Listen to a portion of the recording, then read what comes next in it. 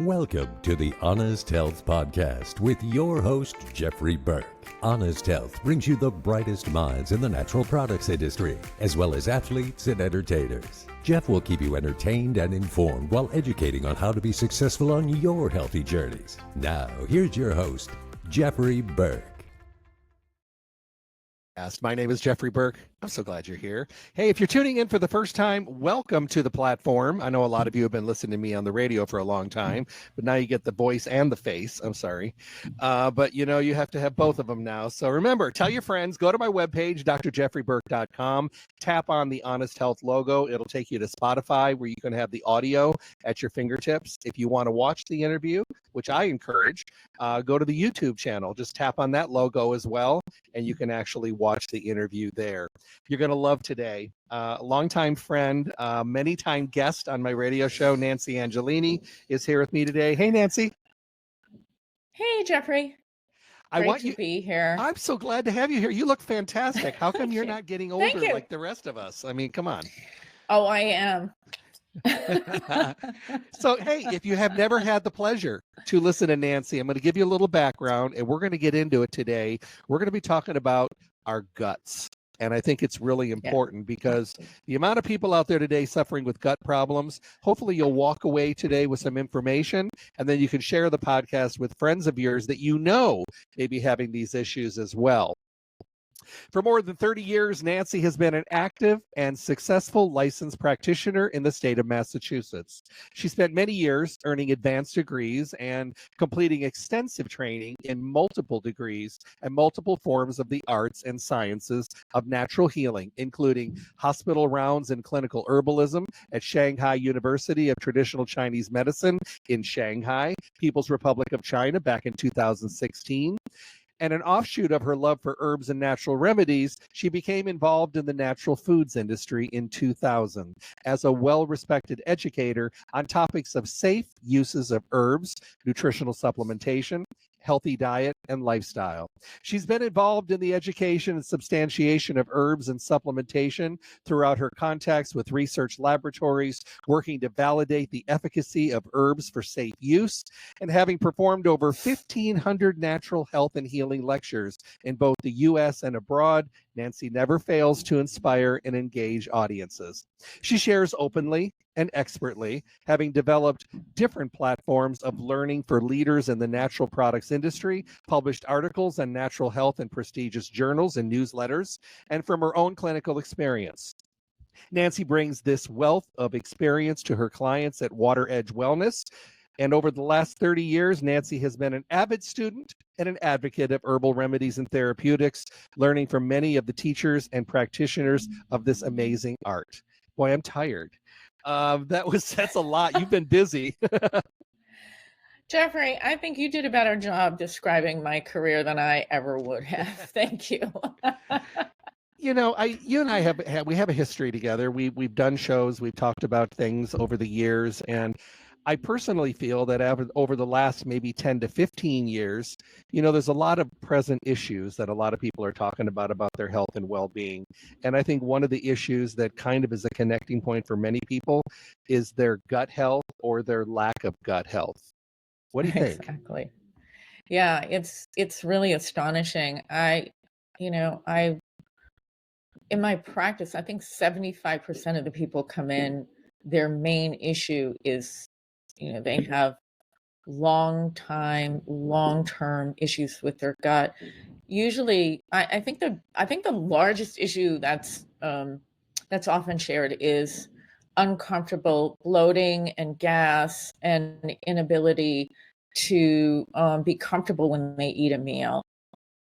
So, but it is astonishing, 66% of the American population report digestive disorders. That's, to me, a staggering amount of people who are uncomfortable in their bellies.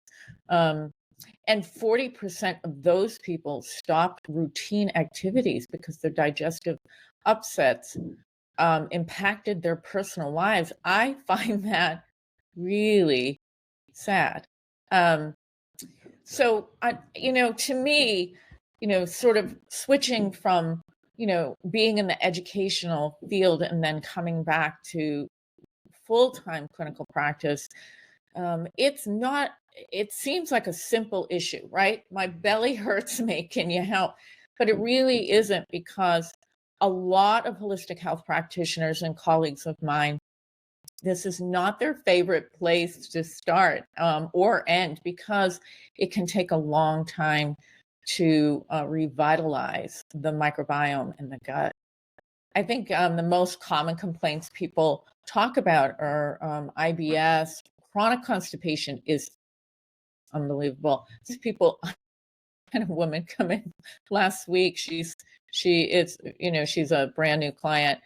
She goes 3 weeks without having a regular. I can't even imagine, No, right? well, Can you imagine? I'm just like, oh my goodness. I can't even. My mind goes, what? What did you say? 3 weeks. You try not to like be emotional about it, but I can't even imagine, right? No. So it is a real issue, and it's a growing issue.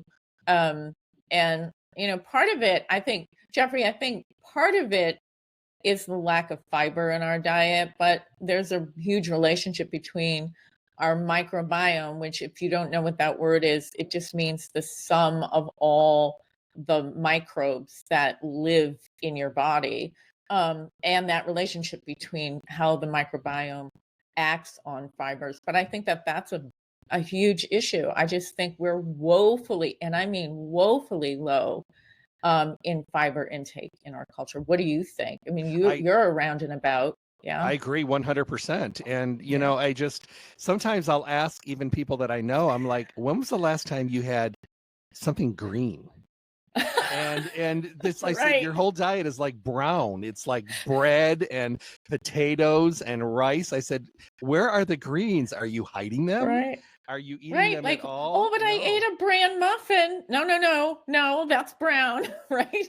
Years ago, I had a friend that was like this, and she came to visit. We went out for family style Chinese food, and we had like 7 or 8 dishes. There was a bunch of us, and tons of vegetables and water chestnuts and all that. So she was like really enjoying it, and I'm like watching her going, oh, she's really getting into this. Maybe this is a change. So the next day she said, Jeff, I said, what? She goes, I had an amazing bowel movement this morning. And I said, uh-huh. And I said, why do you think that was? And she goes, I have no idea. And I said, vegetables, fiber. And she went, oh. And I have been telling her for years, but she actually visibly and visually saw it and felt it and experienced it. And it actually was life-changing for her, because she couldn't wrap her mind around it before. She goes, well, everything you're eating, it's gonna, and I know it's not, it's glue food. It's glue. Oh my God, I love that.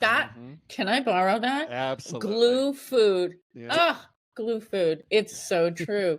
It's interesting because the authorities pretty much, whether it's the American Dietitians Association or gastroenterology, they pretty much say, if you have under 25 grams of fiber, you're really not doing yourself a favor, right? You're really harming yourself. And I think the benchmark is around 30 to 35 grams of fiber every day. So that's like, and some people are like, well, how much is that? It's something to like a cup of raspberries, an apple, a banana, a cup of broccoli, and a carrot. That's about 25 grams. Or 1 cup of cooked lentils and a medium carrot. Or a cup of grapes, a pear, a cup of Brussels sprouts, a cup of artichoke. It's that much. And that's only about 25 grams. So if you think about it, you have to work at it. You really have to set your diet up and sort of say, I really need to focus on my vegetables and fruit, and it should be fresh and whole, right? Then you're getting everything. And I'm kind of an advocate, I do a lot of yogurt and a lot of smoothies, but I mean, I'm always throwing in like 3 tablespoons of chia, 3 tablespoons of Fortiflax meal. I mean, I'm putting them in things that I can, I said, okay, check these off the list. I'm getting some decent fiber in here. And I love vegetables. I'm not a fruit person.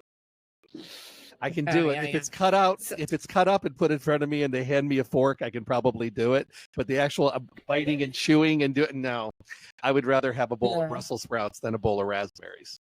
Yeah, it is. I mean, thank God. Thank God you do. And I love your smoothie idea. I mean, I think if you really work at it and you start putting in the veg, Mhm. I think you can get there, but every meal has to have something, or you're not going to make that benchmark of 25 to 30 grams of fiber, right? Well, and Yeah, one of the things I have today are convincing people that, they need to make a change, enzymes, probiotics, greens, fiber. And the mhm, problem mhm. is we live in this society today that is so much more impatient and than ever before. And they want Yeah, yeah, momentarily or instantaneously by Friday results for correcting problems that have been going on for years. So for what happens years. is with the gut, Yes, Prilosec, Nexium, all of these acid yeah, suppressive proton pump inhibitor products, and I tell my yeah, friends, I said, these are used for maybe a week or 2 weeks, and they've all been on it for right. years. They will not Years. listen. And you know what they Yeah. say? Jeff, all my problems went away in a week. You're wrong. And I'm like, no, they didn't. I They said, they're didn't. just hiding. They tucked them in Mhm. neatly in bed, closed the door, turned off the lights. I said, they're still there. So I Yeah, had a friend about a year or so ago, and she's been on Prilosec and all this stuff forever. And she just dances right. around and like, I'm happy. I fixed everything. Well, her brand new doctor said, how long have you been on these? And she said, like 8 years. And he goes, you're off them.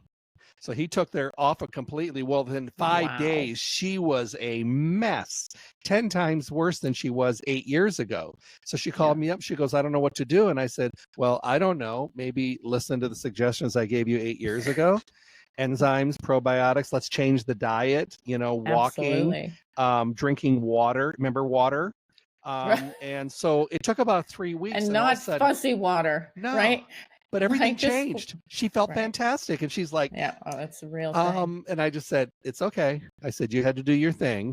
But, the impatience is fighting against us out there because people have been eating terrible food, great tasting, nasty, unfunctional, not good for us processed food that they know how to make taste so good and we love it and it does Oh, nothing. it's addictive. The glue Ugh. food is addictive, isn't it? Mhm, Yeah. It's mhm. really interesting because, you know, that is really true. Suppression of symptoms is a huge issue, right? Mhm, Whether you're in clinic or whether you're just friends talking amongst friends, like, mhm. oh, I love this. I get it over the counter, whatever it is, Prilosec or Colace. I know. Just like, oh, have you been taking that every day? Oh, yeah, I have to take it every day in order to, have an evacuation in the morning. But, it's fine, isn't it? It's over the counter. No, It no, must be good. It used to be prescription. So now it's over the counter. So it's got to be. I'll never forget when my friend got it's his got to be first fine. prescription for Prilosec. It was $600 a month because they Isn't had that a amazing? monopoly and they had, Mhm. the patent and everything, and people were Right. falling in love. Did you know that Prilosec was the first commercial ever on TV? They showed That this I didn't woman know, Jeffrey. running through a field of flowers, picking up flowers, saying, I have no gas. I have no bloating. And the entire world the next day called their doctor and said, I want to run through a field of flowers and not have Oh my gas and God. bloating. And And that was the Gas X. first Remember one. Gas And X? Yeah. it's, Yeah. oh, I sure do. Yeah, I sure Dimethicone, do. simethicone, all of these, and it's just unbelievable to me because, I think like, you know, I think when I approach my clients, I really come from a Mhm, place of ancient um tenets, of wellness. Whether it's, mhm, the Vata Pitta Kapha in Ayurveda or the five elements, or even the humors in Greek herbalism. I think that really getting that piece of, herbs and supplements are great, but they're supposed to be the icing on the cake. You right. have to start with the diet, whether the diet is, a diet that's right for being a kapha or right for being a metal person or a wood person, whatever that is. I think there has to be some acceptance that the diet's going to have to change in order for the gut Yeah. to really be healthy, because without that, it's it's not going to work. After a while, the wheels come off the cart, right? you just see it happen. 10 years. I had a young man in my practice who at 12 years old was put on protein pump inhibitors. 12 years old. At 25, he was terrified that he was going to end up with Barrett's disease. But he applied himself, and it was remarkable. Changing the diet, increasing soluble fibers in the diet.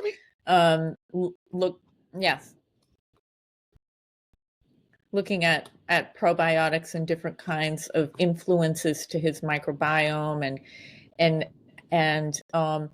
also short chain fatty acids, like butyrate and caprylic acid. These things are really crucial because in the beginning, because the gut is so off, even that breaking down of soluble fibers, you can't rely on it because the microbiome is so dysbiotic that you don't know who you have in there, right? You don't know who the good guys are or the bad guys are. And, basically you have a gang of bad guys who've taken over. It's like the ghetto in there. So you have no idea how that breakdown is really going to happen. So you let me ask you a question. Let me ask you a question real quick. Yes. Somebody always chimes in, wants to know on my feeds and on my stuff all the time. I want to hear how you describe this. How do you describe the difference between a prebiotic, a probiotic, and a postbiotic? Postbiotic? Yeah. So a prebiotic is some type of food or component of food that bacteria will break down. So it could be it could be a fiber, a soluble fiber. It could be something else. But it could be a type of sugar, or a simple sugar, or a disaccharide. It could be any one of those, right? Something that a bacteria will like to break down, work on it, and then create the after effects. Those components are the postbiotic. They're the combination of the broken down material, whether it's food or a component of food, and the compounds that are released by that microbe. Now, in the case of human health, we need microbes that are beneficial to us, that are friendly to us, that we have a symbiotic relationship to. And we need components of food that particular microbiome, component of the microbiome is going to break down to give us those bactericides and other kinds of constituents that are necessary for our biochemistry to continue and the structures of our bodies to be healthy. So one of them, which I think is so important, are short chain fatty acids. Short chain fatty acids come from that relationship of the beneficial microbes in your microbiome and soluble and partially insoluble fibers. And that is magic. I mean magic to your gut. Without those short chain fatty acids, you can't rebuild the tight junctions in the small intestine. You can't rebuild mucosal membranes that are crucial. That's like the house for the microbiome. They need to live in that mucosal membrane. So when that relationship is like this, it's inextricable. You can't pull them apart. So that pro, and post is really kind of its own thing. And that relationship is getting more and more interesting with novel probiotics and novel prebiotics. But it could be like lactose is a favorite sugar, but it could be a fructooligosaccharide or something else that could be a sugar. But I think soluble fibers are much more interesting for those postbiotics because then you get all these short chain fatty acids. So. I remember a time, because I'm 45 years in this industry now, I'm old. I remember at the very beginning when you talked about probiotics back then, they weren't called probiotics, they were called acidophilus. And they were only recommended for 7 days when someone took an antibiotic. That was the way that I they were know. talked about. And they were like, what do I do after 7 days? Well, you put it in your refrigerator. You wait till the next time you're on antibiotics. But they were never Jeffrey, you and recommended for anything. I know. You and I remember those days when the acidophilus sat, there was 3 in a tiny little refrigerator in the back of the stores, right? And even the gastroenterologist didn't even know that you could take a probiotic. You know, it's just a weird health food, product that you could possibly get. But and I remember I remember in 2000 when I read, University College of London they had a whole division of researchers solely looking at the future of prebiotics, probiotics, and postbiotics, and nobody knew what that was. And I felt like a complete freak studying that stuff, right? But it ended up that we all were going in the right direction, Yes. right? Totally. Absolutely. Amazing. I've seen probiotics change lives. Yes. I've actually Me seen too. people who have regained back their health and well-being by, the addition of probiotics to their world. I mean, there was Agreed. nothing better than a shelf-stable probiotic when it finally came out, because I travel so much, because I would literally leave my house, put my probiotics in a bag that had some ice in it, put it in my suitcase, get to my Oh my hotel, rip it out of there, put it in a bucket of ice or refrigerator. And then when I was coming home, it was the last thing I packed. And I got in and I got home and I got it in my refrigerator. It was such a process. And, and when I never, ever would have suggested anybody take anything shelf stable, because I mean, it had to be in the That's refrigerator. dedication to your gut, let me tell you. But did you ever think that we would have a shelf-stable probiotic? I didn't. I thought it would always be a product that had to be cold all the time. We get those orders in the stores and you'd unpack them and they'd have refrigerator packs and you'd price them and get them in the refrigerator as quick as possible. It's unbelievable. But, it's interesting because not only shelf stable, but now we have novel probiotics. We have understanding of when to use bifidobacterium and not focus on lactobacillus. And, there are situations, that distinction between, well, what do we, how do we clinically use probiotics in a way that really, like Akkermansia, like there's all these incredible, like we have the availability now. God, it's so great, isn't it? We have the availability now of different kinds of probiotics that shift the microbiome and help things such as metabolism, or lower colon versus higher colon, or, I mean, it is remarkable. Also mood, right? We have probiotics that are now tailored towards increasing serotonin production in the gut, where 90% of our serotonin is actually made. So it is remarkable where we've come, and you and I remember it. We remember it when it was just all you could get was lactobacillus in milk, right? In fermented milk, right? And if you had a dairy allergy or if you had a lactose intolerance, you could never take that probiotic and make you sick, right? So it's really come like leagues, it's remarkable. And thank God, because gosh, you're right. I agree with you. I see people take probiotics and it changes their life. It really, really does. My mother has Crohn's disease and she's had it for decades. And, when I find she's a retired nurse, so she was a tough sell. But, she nutritionally is very sound now and she's 90. But she has been on probiotics for decades and it changed her world. That's a make or break issue. If I don't have my probiotics, I can't begin my day. So she's definitely come over, and she has educated her gastroenterologist to the point where she's driven them crazy, but she now has them writing handwritten prescriptions for probiotics for their patients because she was fierce in her journey. So it's amazing. But here we are. We live in America. We have all these wonderful things at our fingertips. We absolutely know fermented foods. You go around the world and people have fermented foods every day and they're just like, dude, it's just food. For them, they don't think anything of it. For us, it's like, right. We tell the world, I had kimchi today, and we put it on Facebook because it's this groundbreaking thing that we did today. And then you start to go around the world and people do this every single day. And we're kind of behind in that area. Oh, we definitely are.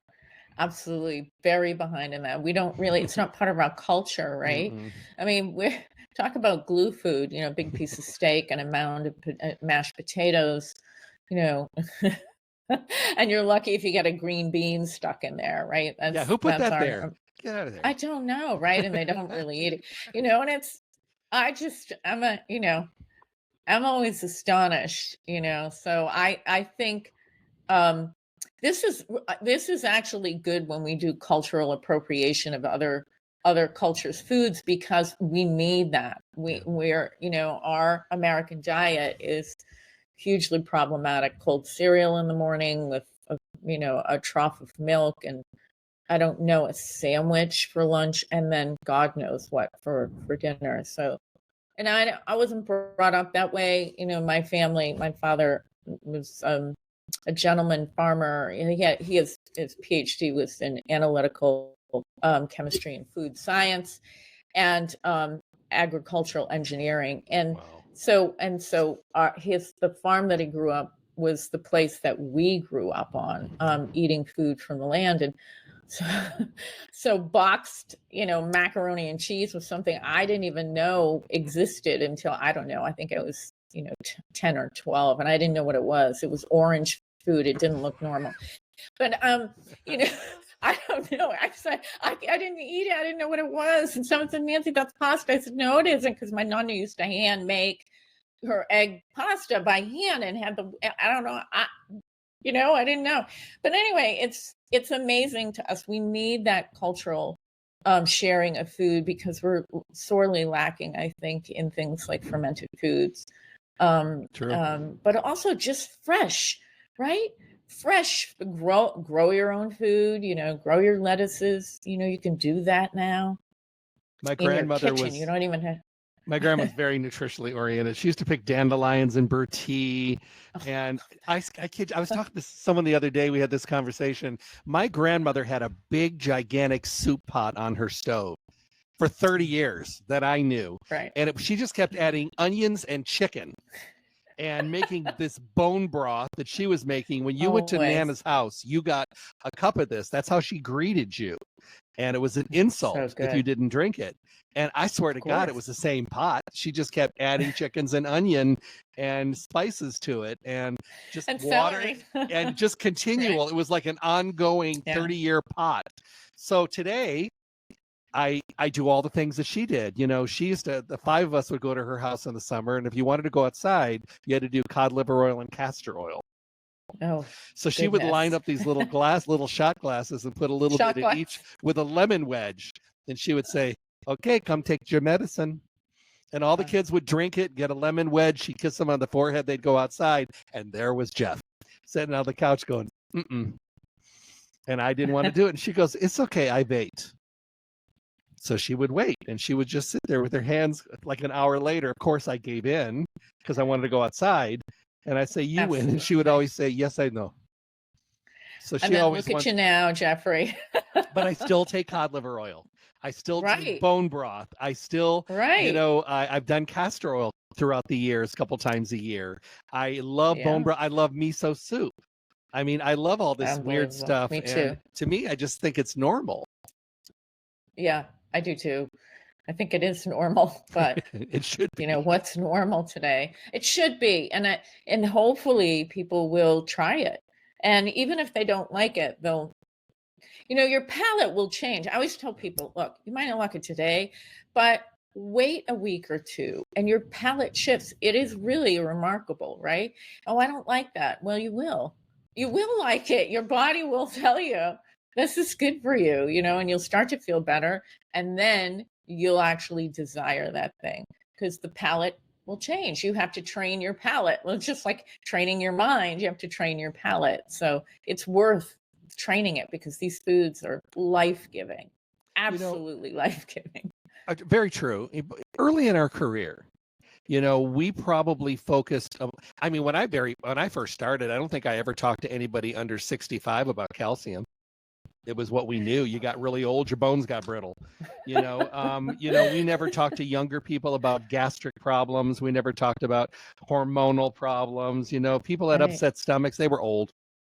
And that was just Generally. but you know what? I got to tell you, I'm talking They're like all 20-year-olds and they've got upset stomachs and terrible digestion. And I'm thinking to myself, these kids were breastfed on processed foods and fast food. No wonder they have no microbiome. They have no healthy gut.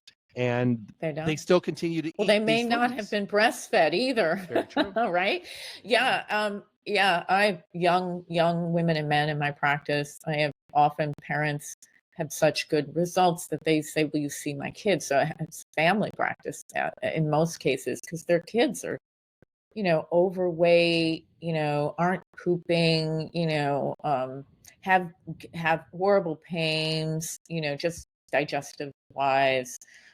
Reflux at age 8. I when I was a kid, well, again, and even I was odd for my family was odd because we had a farm, which by the time, I mean, I was born in 1965. So if you think about it, I'm growing up in the 70s, right? And I'm out of high school in the early 80s and into college. So when you think about it, back then, things were already shifting to the white Wonder Bread and that kind of stuff.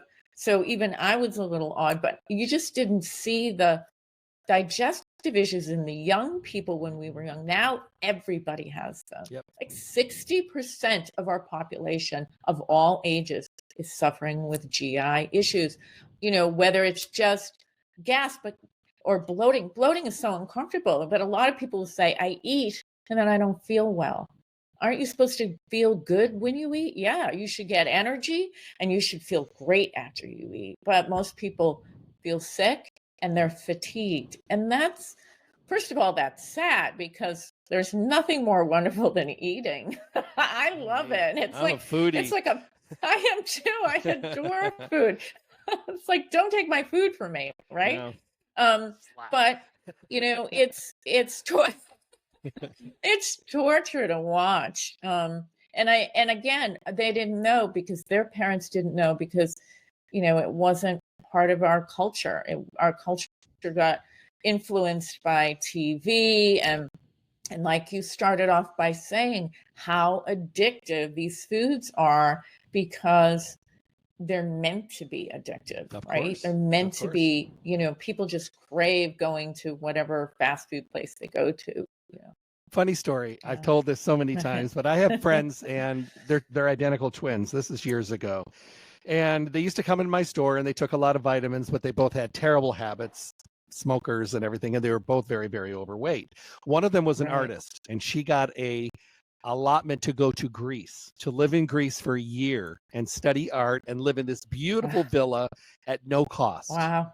So she goes, and I'm getting postcards because there weren't cell phones back then or computers or anything. So she's sending me this and she goes, oh, Jeff, this is awful. She goes, I have to walk a half a mile to town just to get my food. There's no fast food restaurants. There's no nothing. And I said, you'll get used to it. So like the next month she goes, I'm kind of feeling good. She goes, I dropped 10 pounds walking back and forth every day to get my food. And then the next month she had hooked up with a woman there that taught her how to really cook Mediterranean food, Mediterranean diet. So she was like learning all of this and she was giving art classes out in her backyard right near the ocean and people were loving it. So I hear from her like 6 months later and she said, I'm going to be coming back in January. She goes, the changes are amazing. So she started doing cooking classes, art classes, loving what she was doing. So her year ends and she moves back. So her sister comes in the store and about a minute later, this other lady walks in who's tan and thin and looking fantastic. She goes, hi. And I'm like, oh my Lord. She looked amazing and her sister was not having any part of it because she still looked the same, still doing all the bad things, and the other one had changed her world. Right. So we talked and she loved it. She lasted about 2 months in Las Vegas and moved back to Greece. She said, I can't do this. Yeah. She goes, I'm going to end up exactly where I was if I stay here. So she went back and she's been there ever since. I hear from her every year at Christmas. And she loves it. She teaches classes. She teaches people how to live a Mediterranean lifestyle, and she grows vegetables and herbs, and so you can change. Nobody ever said it's easy. sometimes you have to really work against your environment, just like you're saying. She needed to actually leave the environment she was in order to really change her life. Sometimes you can't leave, so you have to figure out how to manage your environment in order to support a better, healthy food and lifestyle. But yeah, wow, that says something about the Mediterranean life, right? I tell you what, and I didn't even know her. I looked over and I had to look like three. I'm like, oh my Lord, it is you. Yeah, it's And remarkable. but before we run out of time, answer a question for Yes. me. Should probiotics be done on an ongoing basis as a preventive, or should you use them when you're starting to experience the slips and slides of health problems? Should you wait or should you do it preventively? That's a really good question. I take, of course, because I'm in clinical practice now, I take it on a case by case basis. And if people do, and if people do need a probiotic on a more ongoing basis, I have a tendency to switch them and just say, okay, after 6 to 8 months on this one, let's start a different probiotic. It's really good to switch them up. Some people do need the added help.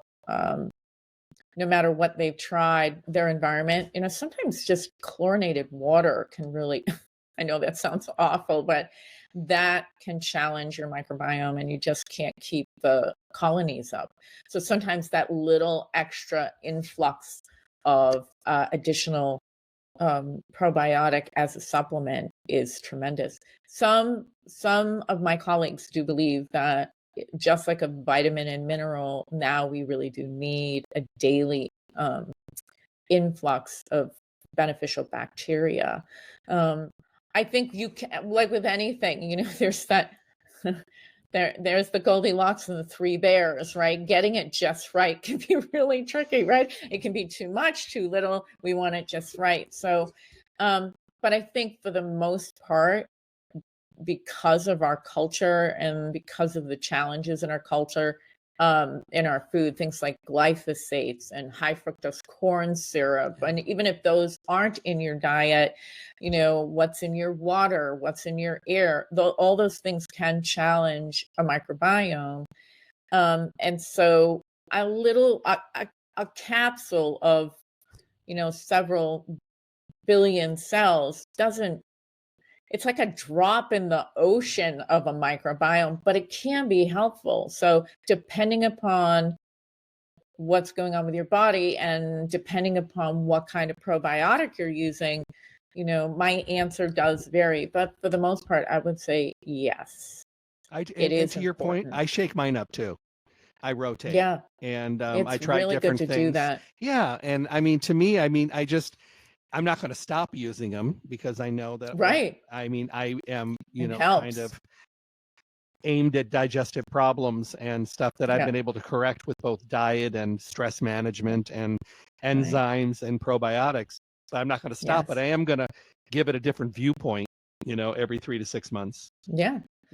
So I often do that. I often say, look, do you take a multivitamin every day? Because if you do, then you need a multi-probiotic every day. That's just one of those kinds of what can I do on a daily basis that inches me towards better health versus poor health.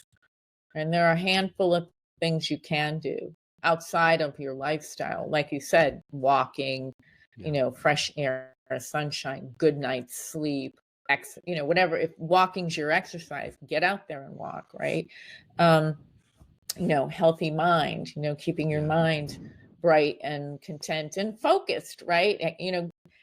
Put it to work because that's what it's supposed to do.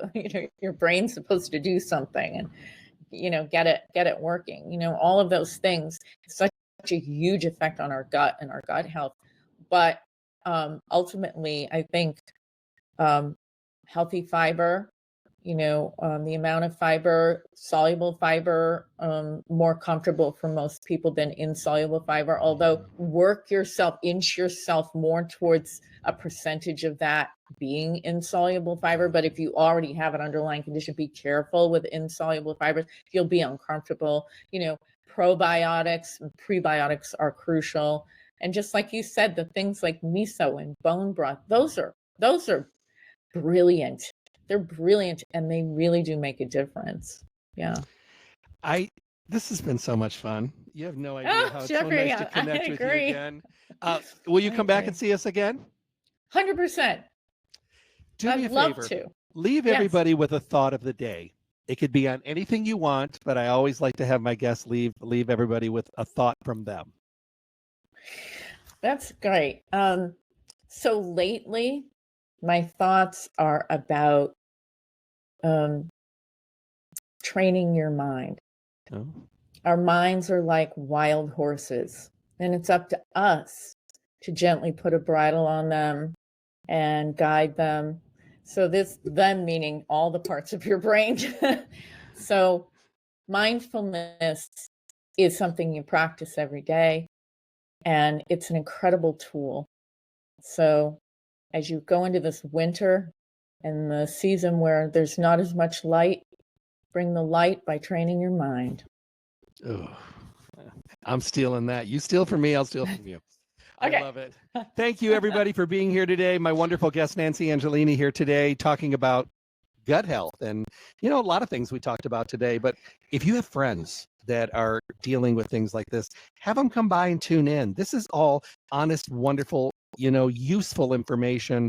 And if you've been listening to me for a long time, we're pretty to the point. I want you to have the tools.